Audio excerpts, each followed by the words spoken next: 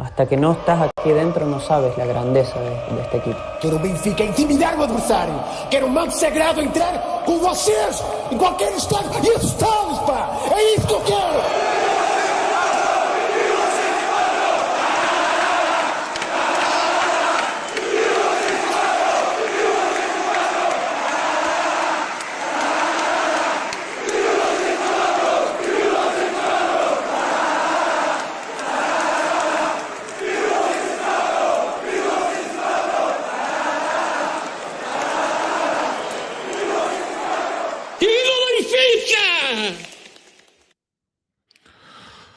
What's going on, everybody? Welcome to another edition of the Talking to the Law Benfica podcast. My name is Alfredo Fumaças. Here we are, another night, another podcast with me tonight, Cristiano Oliveira. Como é que é, amigo? What's going on, Alfredinho? How you doing? Today? I'm good, man. How are you? Like I like to say, bro, I've been better, but I've also been worse. So, dealing with the daily demons that I deal with, as you know, we speak a lot off air, and it is what it is. Another night, another podcast. We're That's here right. To try to get some positivity back into our Benfica. Big abraço to our brother Dave, who can't make it today. That's right. All the Dave lovers, he'll be back next week, guys. No panic. He'll be back. Yep. Dave is not with us tonight, Mr. Reliable, Mr. Always Here. But I think you guys know that Chris and I could take care of business. He's not always here. He's not here right now, bro. So, all right. Well, he's probably here more than you, Chris. When you most need... Hey, right now I'm here. That's all I know, That's all that matters. Só faz falta quem cá está. That's it. Right now you need him and he's not here. So Dave, slacking, bro. He's like, now I was going to make a reference to a Benfica player, but I don't want to piss anybody off. Hey, já começas, pá. I was going to, but, I got too much respect for Dave. He's no arsonist. That's right. He's no who? He's no arsonist. Dave tem mais valor. Yeah, but here we are on tonight's podcast, episode 582. We'll recap the Alverca game. We'll look ahead to Santa Clara. Benfica will travel to the Azores to play to Santa Clara, and then we have Real on Tuesday. A little bit of a repeat from what we saw a few weeks back. Thank you all the Freddies for joining us. If you haven't hit the like button, please do so. Subscribe. You know, Cristiano likes to mention that. I'll take his thunder and mention that. But Cristiano, will Ruben Amorim be Benfica's coach next season? I would like to think so. I think a lot of people I don't know the address, guys, so I know you guys are going to kill me, but don't know the address either, Lou. So I'll just say, neither of you. A lot of people over at that building will like that to be true. I think there's a legit possibility, but if you speak to our good friend Hugo will tell you he's going to be the next Tottenham head coach, which I don't see, but only time will tell. But I do think Amorim is the target. I think he is the number one candidate. Chris, you still think that Mourinho ends up at Real and not at the national team in the summer? I'm sorry. I was just reading Diogo's. Oh,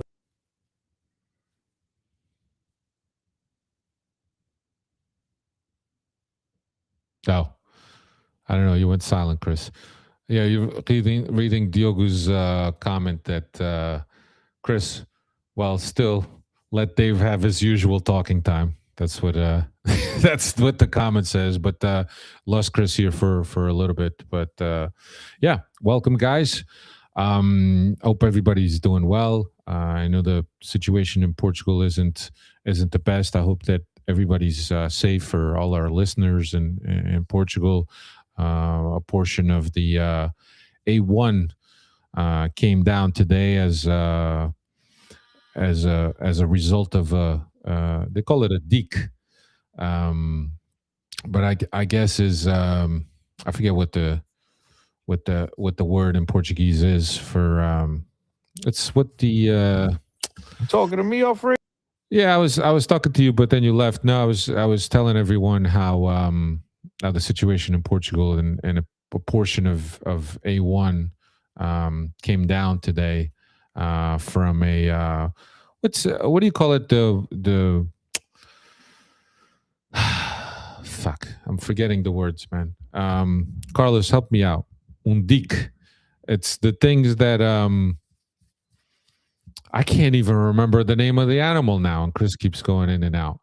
Um, that you make with the animal makes with woods to stop the water. I forget what that is. The Beaver Uh, Dam. the Beaver dam. Dam. That's a dam. A dam. There you go.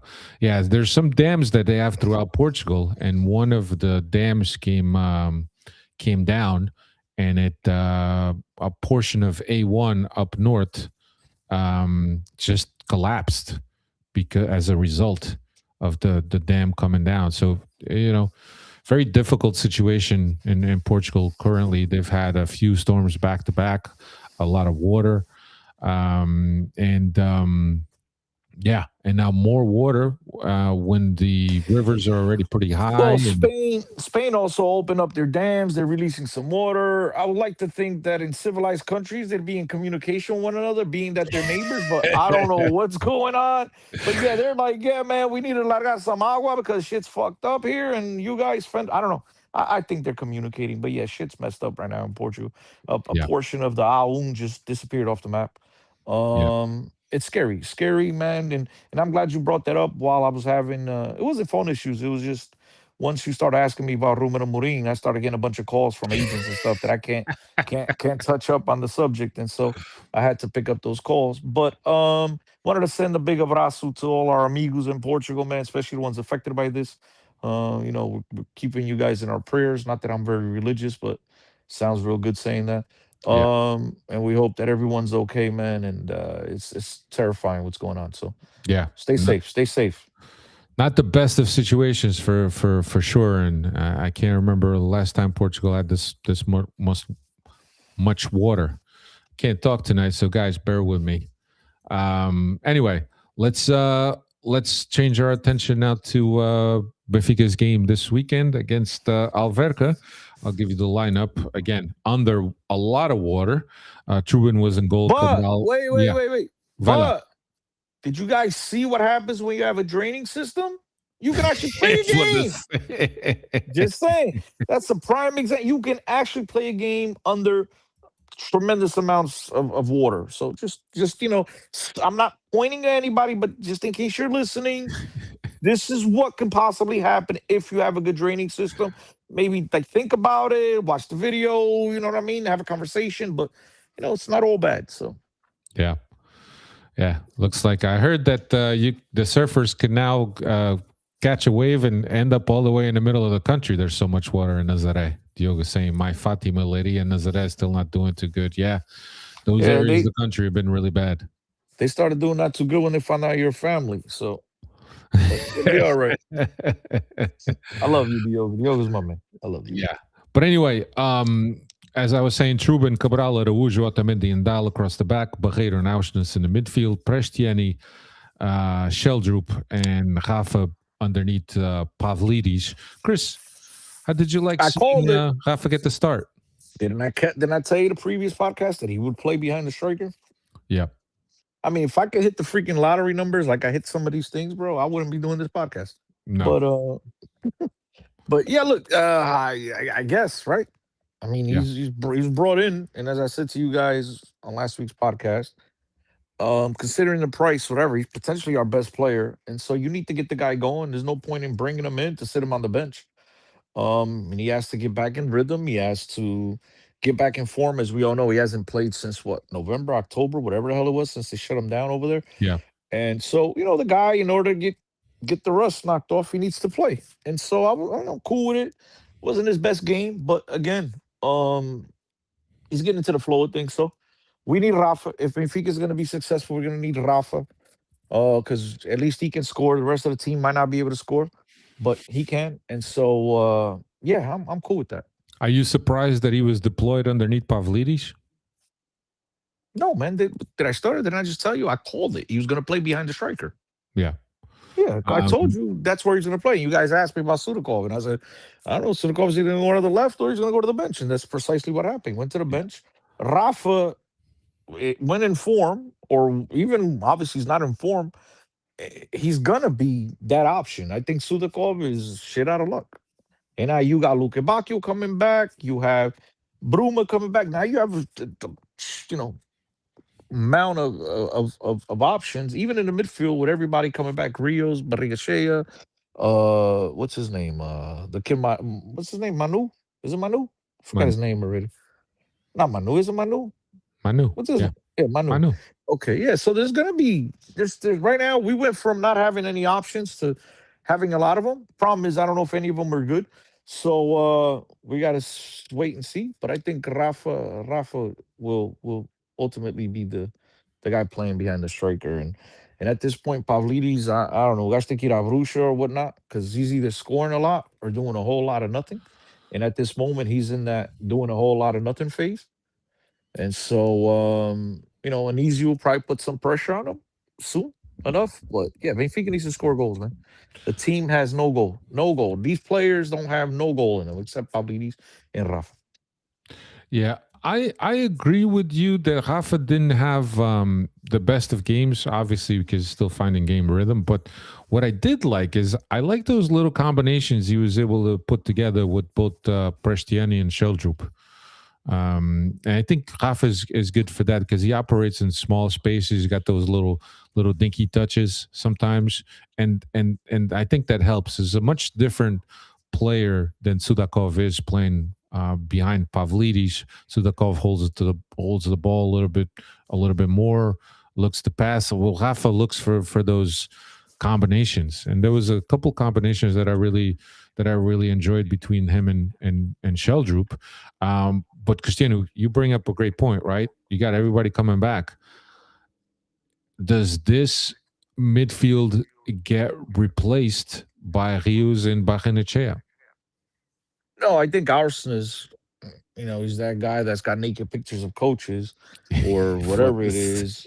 Arsenal will keep his spot in the middle. I think Barreto will be the guy making way for Rios. I think Luke Bacchio will make his way to the right side. Cristiano will be sidelined, and then on the left. I mean, I'm still not convinced by Sheldrup as much as everybody is, and I understand I'm a harsh critic, and I know I'll get criticism, but that's fine. I got a big white back. I can take it. I'm still not in love. I'm still not in love. I still don't see the player that everybody's making him out to be. We'll see what happens, but I think now with all these guys coming back, the pressure is going to mount and you have to perform. And it's not just performing; you have to score goals. As Mourinho said in his press conference, and I totally agree with him. When you're playing on the wings, right? You're not a midfielder. You're an attacker. You're just playing out wide. You have to get into double digits in goals. And right now, Benfica is not playing that terrific football that we all want to see, and we all have to keep in mind. We're talking about Alverca here, okay? Um, we're creating a ton of chances, but still can't capitalize. Benfica cannot put the ball in the back of the net. And I think Mourinho, with all these guys coming back, he's going to be rotating until he finds a guy that could put the ball in the back of the net consistently or more, not consistently, because I was from the wing, but on a more consistent basis. And so, yeah, I think some of these guys will be making their way out. If you're not playing well, if you're not doing what you got to do, next guy's up. And I think Mourinho will not have a problem pulling the trigger. It's a good problem. Yeah, it's a good problem to have. It's a good problem. But do you think that both the midfields and the wingers have been playing well enough and consistently enough to be to warrant some bench time, or do you think that Mourinho is going to continue with the hot Who? hand? I'm sorry, I was reading some of the comments. Who would you say? Do you think that the way the wingers and the midfield has been playing, because clearly there's an improvement in this team, at least I see it that way. Do you think that the way they've been playing is going to get them to the bench in detriment of the guys that are coming back, or do you think that Mourinho is going to continue with his hot hand? Listen. I think these guys the guys coming back. Look at Bacchio, right? Because that's really the one that will warrant getting thrown into the starting lineup. I think Mourinho will slow him, ease him in, but once he's ready to go, I think it's going to be him. He's going to be the first option, second option, and after that, if the guy's still not, as I said to you before, scoring and making the most out of his chances, I think that Mourinho will have no choice but to start looking elsewhere. But I do think Luke Bacchio and Rafa, guys like that, I think those guys will find themselves, on the inside, and the other guys on the outside looking in. Yeah. But I mean, you could look at it the way I look at it, and this is just my opinion. I asked you the question, but my opinion is that I think that the team is playing better without Rios and Barrenechea. At least there's a little bit of consistency in terms of game flow, in terms of being quicker with the ball through the midfield and circulating the ball. I just think that it's a little bit better with those two, and obviously neither Auschness offers. I think he's a guy it's a players it's a coach's player where he understands the tactics, he understands the element of the game idea, um but obviously they're probably not the guys that you'd want out there, but they keep it simple. No invento, uh get the ball moving from one side to the other. Barreiro, When we you know what he offers. Yeah, Barreiro, go watch Barreiro play. 9 out of 10 passes is backwards. We always to criticize Rafa, and now he's the new Rafa. And again, the guy works his little heart out, and he's come clutch in some games and stuff like that. So don't really want to criticize the guy, and especially when everyone is hurt. But I do think once Rios comes back, Barreiro will find himself on the bench as well. And as you said, things all of a sudden now there's more quickness and transition and whatnot. But Alfredo, let's not forget Benfica is not probably. Benfica is now playing with proper wingers, whether you like them or not, like I do, right? Um, they're at least they're proper wingers, and so there's a little bit more speed on the wings where Benfica could counter, and so things become easier. Now, Rios once held, and again, I might be the only one. That's fine, but once Rios is healthy, Rios is a guy that I've said since day one, if applied properly, Rios will have a lot to add to this team.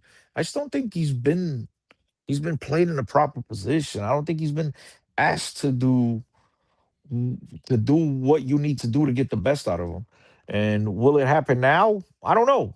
I'm hoping so, but I do think that the guy has to play. I think he will play. And then Barigachea, look, he's injured. The guy's playing every game with the freaking wrap around his shoulder. He looks like freaking RoboCop. He can't even turn. So, credit to him for actually going out there and playing. And we all know why he's doing that, because he's trying to keep his World Cup hopes alive.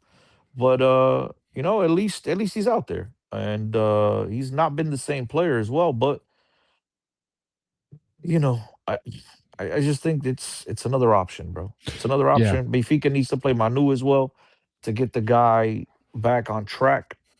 And so Mourinho has a tough decisions to make ahead. yeah. No, and you would also hope that Rio's been watching the way the team has been playing and how Barreiros, and because there's one thing in my opinion is I think that Rio sometimes he holds on to the ball a little bit too much. He's not as quick getting rid of the ball, whether it's a back pass or whether it's a pass to find some. And I think that you lose some fluidity in that midfield when Rios is in there. Obviously, I'd rather have Rios in there, but I think that's the one thing that we've seen with Auschnitz and Barreiros is is the simplicity in which they play and the quickness in which they play. Non tento inventar. They, what's a pass back or not. Sometimes you got to pass back as well. But you're right. Barreiro does go back a lot. Um, but Look, yeah, I I'm guess the best curious. way I could put it off, they play it safe. Okay, Yeah, yeah, they yeah, play it safe. And then it depends what type of fan you are, right? You're gonna clap them for playing safe, and there's guys are gonna criticize them that you could turn up the field and make things happen. So again, it just depends how you look at football. I like to think that at least one of the guys in my midfield has to get the ball, look up, and carry the ball and try to be progressive. Look, at the end of the day, who gives a shit about what I think, right? They're actually winning games. I understand, at least in my eyes, right? I'm not going goo goo gaga like a lot of you guys. I understand it's freaking Alverca. and stuff like that. I know they played a good game against Real Madrid, and that's why I think Benfica has a chance against Real Madrid because that team is broken. Defending, they're terrible defending. And so, as much as I like to criticize these Benfica players, right? Because as you know very well, I don't think any one of these guys is anything special. They're professionals. I'm not going to take that away from them. They're professional players. And I like to think that a professional player with space knows what to do with the ball. The problem is when Benfica doesn't have any space. None of these guys can make the difference, and that's why we struggle in the way we do. And that's why I'm telling you, Rafa will play, Luke Bacchio will play, because those will be the only two guys that could create on their own. And so it is what it is. It depends the way you look at football, bro. Yeah. Yeah. Well, I mean, we'll see. We'll see when Rios and Barrenechea. For me, I think there was obviously Barrenechea is on loan from Villa, and we talked about this last podcast.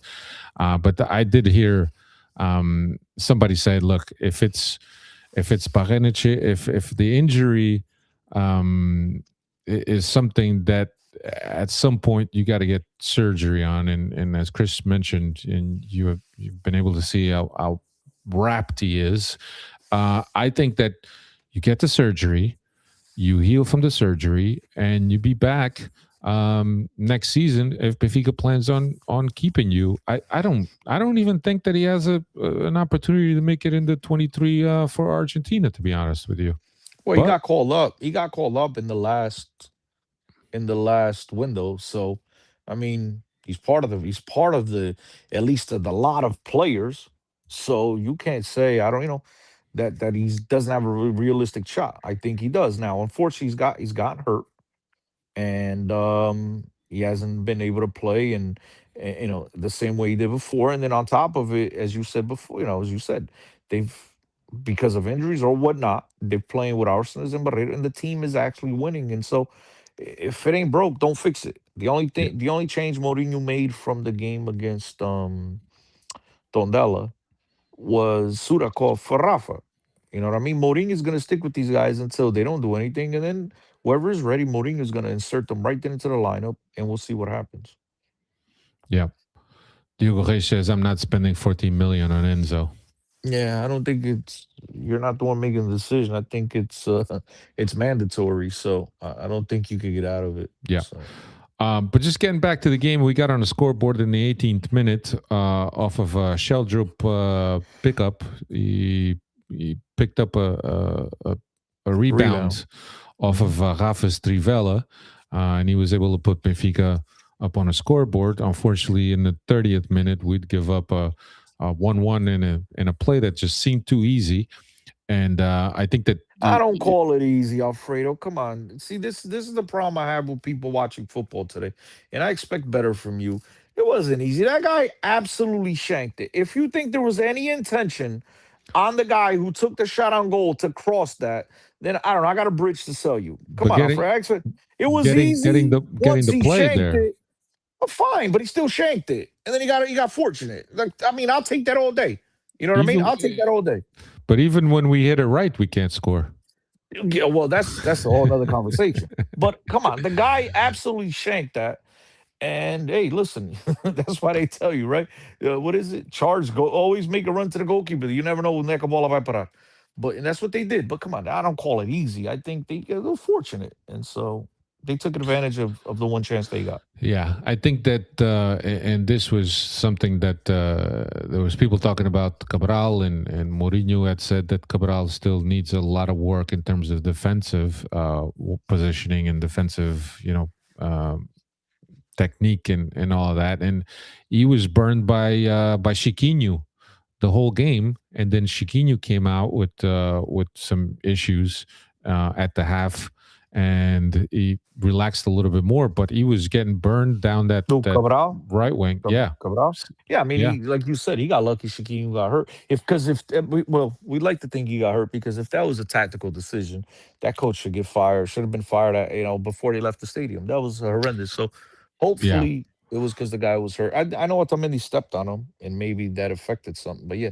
Chiquinho's a player. Chiquinho's a player, man. I'm surprised he's still over there, to be honest with you. I don't think that Custodio would have done that. Custodio being a Sporting man, I don't think Custodio would have done something like that. He did mention, he was asked, and he did say that he have physical issues. Okay, I didn't check that. I didn't get that after the Yeah, game. but I mean, it wasn't a terrible first half. But as Cristiano likes to say, a little bit, the competition wasn't the fiercest. But starting the second half, we got a goal called off on Pavlidis after handling the ball, and then we just struggled again, missing. Made a couple of substitutions. Anizio comes in, and perhaps I don't know at what point people are starting calling it shades of Montorres, when Montorres used to come in and used to solve games for us. But Anizio comes in, and 1 minute later gets the header, which apparently is not the best part of his game, heading, according to After Mourinho. after he does it for like the sixth time, maybe then we'll start The calling him sixth Torres. time, then you could Yeah, you could put him in a Montorres category. You say? yeah. Right now, it's still 2 times. All right. Listen. Before you get to 6, you got to get to 2, right? So he's doing his best, but Yeah. we're not there yet. We're not there. But look, it was an important win for Benfica.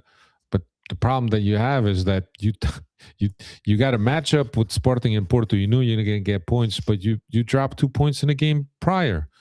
If you don't drop those 2 points, we're talking about a different situation in terms of how close we are to Sporting, and also reduce the gap to Porto. But it's like you said, we're going to go on teams are going to lose points. They're going to miss games. They're going to tie games. They're going to lose points. But yeah, they will. But for that, we got to do our job. And that's what we're always saying. We got to do the job before, we could wait for any slip ups from the other two. And that loss against Tondela, or that loss of points against Tondela, wasn't a really good scenario for us. And now we got to continue Yeah, fighting. bro. But listen, you got to give Benfica a break. If Tondela had a good draining system, maybe the game would be different. You know what I mean? For this. It's the draining system. I'm pretty sure Mourinho pointed to that. But now listen, it is what it is. That Tondela game is history, right? That game pasó. You got to focus on the game at hand, and that was Alverca. And Benfica did just enough to squeeze by. Let's be fair. I'm a guy. I don't like to come on here and talk about refereeing decisions or whatnot. But there was 3 penalties, Very questionable, yeah. three non-decisions that. How do I put it? That with the consistency or inconsistency of Portuguese refereeing, right? We've seen those calls get called. I think, to me, and we could argue about all 3 of them. And I think the Barreto one, his foot was out of was outside the box. That's why I didn't even go to VAR, because they can't go out of VAR on fouls. On penalties they could. And that, since there wouldn't have been a penalty, there's no point to go to VAR. To me, the Rafa one, that one to me is clear and obvious. Any little touch when you're running top speed and you get any Yeah. little touch to the shoulder, bro, that is going to throw you off balance. I know people talked about the shoulder loop one, and you can make a case. I get it. But to me, the Rafa one was clear and obvious. It was And I more than can't a touch, believe Chris. It was more than a touch. whatever. But I But get that's what I'm what. saying. But he touched him on the shoulder, bro. That little pull on the shoulder was Yeah. enough to get him off balance. And I can't believe that these plays don't at least go to VAR. It's just, I don't understand what Portuguese football is doing. So we like to just stick to Benfica rather than get Yeah. into all that nonsense, because we're gonna be here all week talking about the palhaçada that it is Portuguese football. So Yeah. Exactly. And what we saw up north on Sunday for this. Monday. Monday. Sorry, Monday. But yeah, I mean, everybody thought, with Andrés Villas-Boas, things are going to be different. It's not like Pinto Costa, but it's the same old tactics.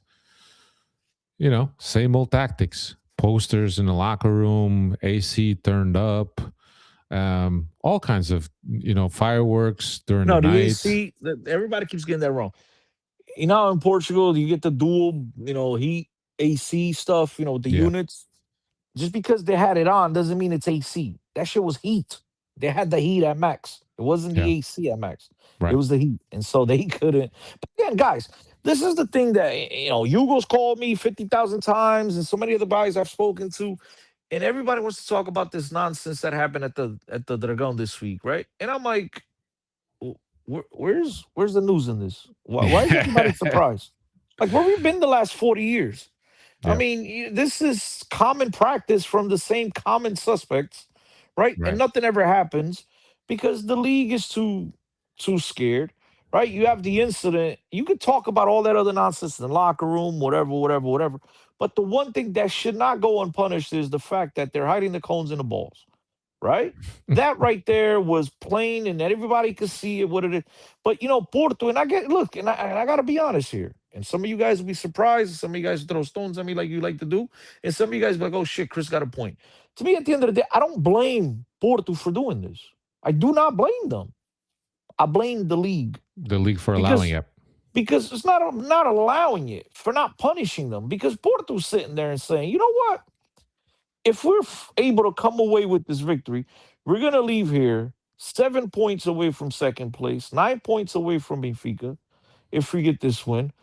If we're able to waste 30, 20 seconds or throw the team off or whatever it is, get these guys pissed off, whatever, for a $600 fine, a championship is worth $600, right? And that's why they do it. The league has to come down and find these guys, not 10,000, but I'm talking about 250,000 euros. And all of a sudden, these teams start thinking about this shit twice. Yeah. So, look, to them, it's $600 is worth the risk. You understand? So yeah, and since we're talking about the league, I mean, we had the incident at Braga, right? With Braga, where the referees and what happened with that? And what happened with that? Nothing They got a happened. slap on the wrist. They archived the situation. I mean, come on, do this. But the league is absolute. Have you heard anybody from the league come out and talk about these incidents on Monday? Nobody. Bro, it's a joke. This league is an absolute joke. They don't care. It's a joke. It's the amount of time of active game time, which is the lowest of the low in European leagues and world leagues. It's like third world country football that we're witnessing. We got Carlos saying here, both are to blame. You can't excuse the cheater just because they're allowed. Well, how can you call them they're cheaters if nobody saw them they're doing anything wrong, Carlos? Right. In our eyes, it's wrong, but the league doesn't think so. The league doesn't say shit to them, so they're like, "Hey, you're not cheating unless you're told you're cheating or you get caught. They're not getting caught. Nobody's telling them they're cheating. So again, you trust me, man. The last thing I'd ever expect when I woke up this morning was to come on any podcast, let alone this one, to defend Porto. Okay, yeah, but let's be honest. I mean, you're not cheating, right? Nobody says if you're getting away with it, it's not cheating. And the league is, the league's got to take a bigger stance. The federation's got to take a bigger stance. I mean, and when you want to sell the Portuguese league to the outside and you want to expect to get millions in TV rights, this is the product that you want to sell. I mean, we've had this conversation here multiple times. This is big, guys. Like I'm reading Manny. Manny says it's such a joke that Sporting has to make the complaints to FIFA because there's no faith. Guys, I mean, dude, where is the shock in all of this? Go back to 1982, bro. This has been going on. A lot of you guys aren't even 40. This has been going on your whole lifetime. So to me, like, this is the same common practice. Nothing is going to happen. All we're going to do is get upset and point fingers and nothing's going to happen. I mean, this is what they do. This is their DNA. This is it. So, and we thought it was going to change with Andre Villas-Boas, but I guess not. Carlos, I don't agree. Sorry, I don't agree. Ethics, standards. I mean, Carlos, again, I'm going to rephrase what I just said. I'm going to repeat what I just said a minute ago. This has been happening. I know you're older than 40, so this has been happening for most of your life, Carlos, right? Where's the ethic? They've never had it. You think they're going to have them now? Why? Why? Because, and again, with all due respect, because you think they should have ethics? I mean, who gives? They've done this forever, Carlos. So I'm not, to me, I just, every time I watch these guys play, which is barely ever, I'm like, okay, well, how are they going to, like, make me giggle today? Because they're going to do some shitty shit. This is what they do. So. Yeah. Diogo was saying that they can't make the proper calls on the pitch. They're going to call the ones off of it. Yeah, Manny Valadon says no shock at all, but in the age of social media and TV rights, should be more exposure to this crap. Yeah, yeah, But but nobody cares, bro. We're the sixth league in Europe. Nobody gives a shit. If you get a Trubin goal in the 95th minute, that'll make video. If not, nobody cares. yep, There's no, as I've said to you guys before, there's not a player on Benfica that anybody around the world wants to watch play. I'm not even sure there's one at Porto or Sporting. The quality of at least those top three teams is shit. The quality throughout the league is worse. Nobody cares, guys.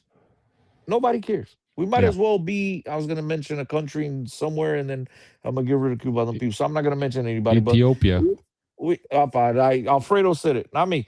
But we might as well be one of those, leagues that you get 300 people on the stadiums, which a lot of them do. Nobody cares, guys. Nobody gives a shit. Social media, they just mock us. They laugh. Again, there's been video of this for years and years and years and years and years, and nothing's ever happened. So I don't expect anything to happen. Yeah. Turning our attention to Benfica's next match, Santa Clara this Friday at 6:30 local time. That's 1:30 here in New York Eastern Standard Time. Santa Clara is currently 16th, 4 wins, 5 draws, 12 losses. Lost the last 4. Haven't won a game in their last 9 matchups. Chris, expecting. This is a game. Prestiani will do a little Meg, and Sheldrup will do a flick, and everybody's gonna go crazy because the competition is tremendous. So, look, let's go Benfica win by the more the merrier, and we'll be here to talk about Real Madrid next week. Yeah. But yeah, well, we could talk about Real Madrid now. Yeah, because the game's on Tuesday. Oh shit, that's a good point. Yeah, the game's on Tuesday. Chris, you expecting us to fare well against Real Madrid? I mean, listen, confidence has got to be an all-time high right now, right? For Benfica, it's going to be at home. Fans are going to go bananas. I expect a good result. I don't know if we could duplicate that performance from 2 weeks ago because, like I said to you before, I don't think these players have the ability. But as a Benfica, I sure as hell am praying and hoping that they do, and I am expecting a good result. As I told you before, this Real Madrid team has a lot of firepower, a lot of big, sexy names, but unfortunately, defending and working hard is not one of their attributes. And I think Mourinho is a coach that a lot of you have said, he's lost his fastball and whatnot. But compared to Arbeloa, my man is, a genius. And so I expect Benfica to be ready. I expect Mourinho to have the boys ready to play tactically or whatnot, frustrate those guys, and hopefully Benfica knows that you have an opportunity to put up a good result at home. Going into the Bernabeu, even with their deficiencies on the defensive side of the ball, it's going to be much tougher there. And Madrid always has that magic touch at home. We've seen in the Champions League over year after year. And so I'm nervous, but positive going into that game. Yeah, I mean, what do we got to lose? We've already played. I think the biggest thing that we have going for us is the fact that we played them the way we did last time. So Akil, that fear, oh, you're playing the mighty Real Madrid, o Papão, I don't think it's going to be there, because if you've done it once, you could do it again, especially in front of your fans. So, what's the chat feeling in terms of our chances? Before the chat, Carlos, saying, we're not. I forget what did he say. We're not having the same argument. Listen, Carlos, I agree with you, brother. Like, I'm not the type of person. I don't like to cheat. You know what I mean? Even at playing cards, I don't get the same satisfaction. Like, bro, I want to win because of merit, because I did it, whatever it is. I'm with you. I have ethics the whole nine, but they don't. And what I'm saying to you is, being surprised that they don't have ethics is like, bro, come on, Carlos. This has been going on for 40 years. I mean, it hasn't changed. I don't expect it to change now. And I'm not excusing them. But at the end of the day, if the league years ago, 40 years ago, came down hard on them, they wouldn't be going through this bullshit. So that's why I ultimately blame the league more than I do Porto. But I'm with you. Porto has no class. They shouldn't be doing this shit. I'm with you. But unfortunately, they don't think like you and I do. Yep. Yep. But that's what it is. What's the chat feeling in terms of the matchup against Real Madrid? Let us know. We'll put up some comments here on the screen. But yeah, I don't. To be perfectly honest, I'm indifferent. But the biggest thing, as I mentioned, is I think that if we've beat them once and the team is confident that they've beat them and they know how to beat them. Granted, I mean, you're talking about an almost perfect game from Benfica that night. Even against a debilitated Real Madrid and a team in shambles, with a new coach, with players with big egos, that haven't gotten their shit together in a bit. I think that Benfica has a good chance, but I'm indifferent. What's everybody thinking? Diogo says that Trubin should start over Pavlidis. I mean, Yeah. see, Diogo, you had a good chance to make a good point if you would have said Arsenio Hall should have started over Pavlidis. That would have made. But now you want to Arsenio say Hall. That's fucking hilarious. Woof, woof, woof, woof, woof, woof, woof, woof, woof. that kid. Just all you gotta do, don't play the ball to his feet. Just cross it. Just cross Yeah, it to just him. That's get it to his head. Get it to his head. But yeah, but we'll see. It's another entertaining, another European game in which Benfica will get exposed to more eyes. So I think that the team doesn't really have anything to lose. Just go out and play to the abilities that you can, and you're hoping that another masterclass by Mourinho. That's where I think it's at. So Let's go, bro. Let's go. Yep. Let's go. I mean, this is what we want from Benfica to be playing to these. Obviously, I'm lying. Actually, we would have rather they have a bye, but you get what I'm saying. If they're gonna play this competition, not have a bye, these are the games, man. It sucks because the probability of losing, getting knocked out, is really high. But hey, if you do something special, you're also gonna get that recognition, and Yep. people won't be laughing at you as much as they have over the last few years. And so, yeah, man. I mean, it's Real Madrid, Benfica. Think about this. They didn't play each other since 1965, and now they play each other 3 times in a 2-week span. Yeah. Plus the money helps. If you win, that's only 4 million. I Yeah. mean, that Yeah. that can't get you a Ivanovic. Ivan. No, you sketchy. That guy, great stuff. Um, That guy's lost his spot. 25 million or 27 million to lose a spot to a 17-year-old. Yeah. Yeah. But again, that's too bad because all they had to do is call me and tell me to watch this guy play 2 minutes, and I would have told you it's not worth the money. I mean, I don't know whoever signed off on that shit. Yeah. Should Yeah. be sent packing as well. Heads should be rolled. They spent that much money on that player. Unless he's some kind of a genius and he saw something that we didn't see, but all of us could see it. Read Carlos's comment. Allow me to frame the same logic to a serious crime, like assault, for instance. While it's true that an endemic crime wave deserves scrutiny on law enforcement, we don't relent assault as acceptable. And Carlos, we get it. Oh, Bobby, if this same guy is assaulting somebody for over 40 years and nothing ever happens to him, at some point, right? We got to look at the authorities and say, "What the hell are you doing?" Right. I mean, I get it. Carlos is right. I'm not saying he's wrong, but at the end of the day, they allow him to get away with this shit.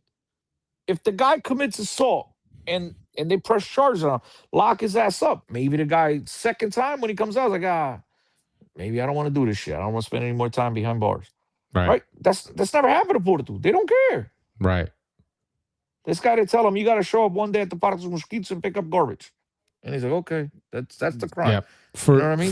For as long as the league is going to allow it, whether it's right or wrong, morally and ethically, if the league allows it, hey, they're going to continue doing it.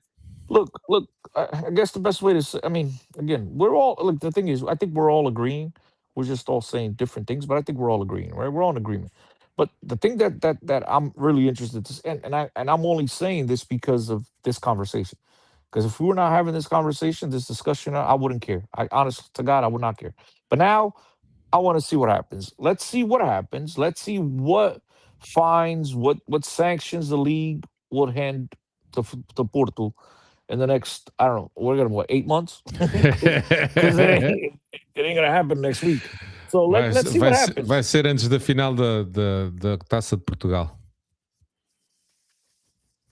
Yeah, vai ser antes final Taça Portugal. So that's in May. That's in May. That's in 3 months. Yep. Or 4. I don't even know where we at. Yeah, 3 months. Yep. So we'll see. I it'll probably be longer, but we'll see. It'll probably be one of those. Once the guy leaves Portugal, oh, he's suspended. He can't play in our league for 5 games. Well, the guy's never coming back to our league. But if he ever does, he can't play in this league anymore. Right. Yeah. But anyway, that's all we got for you, my friends. It's a short one. Dave's not here. Dave, as you guys know, Dave talks up a storm and takes up a lot of our time, and Chris and I are really shut out of the whole thing. But that's all we got. Next week we'll be back. We'll recap the Santa Clara game. We'll also recap the Real Madrid game, and we'll be here. We'll be here through the end of the season. As we'll be here painful to as talk it is. about another. Let's see, man. I keep picking on Sheldrup, but I love eating crow. But I'll say, we'll be here to talk about a Prestiani hat trick. Yep. Sheldrup poker. All right, everybody. I'll take the Prestiani hat trick. I'll be happy with that. Take care, everyone. Enjoy yourselves. Be good to each other. Stay safe. Call your family in Portugal. Make sure everyone's all right. Grande abraço. That's right. Later all.